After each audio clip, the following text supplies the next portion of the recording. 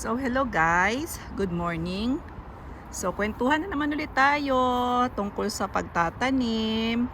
So, ngayon, gusto ko i-share sa inyo.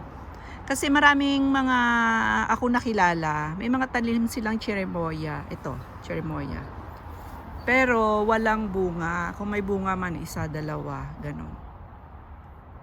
So, ngayon, turuan ko kayo kung paano mag-pollinate ng cherimoya. Napakadali lang. Una, kailangan nyo po ng brush. Ito. Ang brush po na piliin nyo ay real na buhok. Buhok ng tao o buhok ng kabayo. Basta tunay na buhok. Kasi po pag synthetic o yung plastic, hindi didikit agad ang mga pollen dito sa brush at mahirap ilipat sa female flower. Ayun. So, ang kailangan nyo, ulitin natin ang kailangan nyo, brush na totoong buhok at saka container na itim. Bakit magtataka kayo na itim? Kasi pag itim guys, makikita nyo yung pollen. Ay, ang pollen na maliliit na parang mga polvo. Hindi yung ito. Ito. Yung mga polvo na yan, ito. Yan. Yan, hindi ito hindi ito. Ito, yung mga powder na yan. Kung ang inyong container ay puti or ibang kulay, light color, hindi nyo po makikita ang pollen po, mga pollen. So yun lang. Simple lang kailangan nyo. Una, brush at container.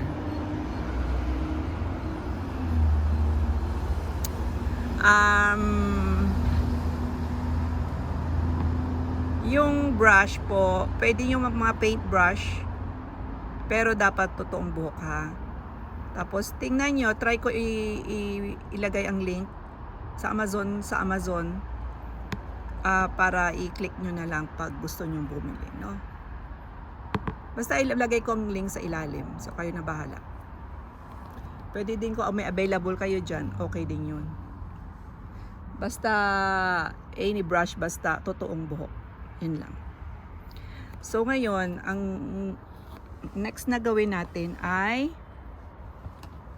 maghahanap tayo ng female flower. Okay. Ay, pakilala ko pala muna sa inyo ang male at saka female. Okay?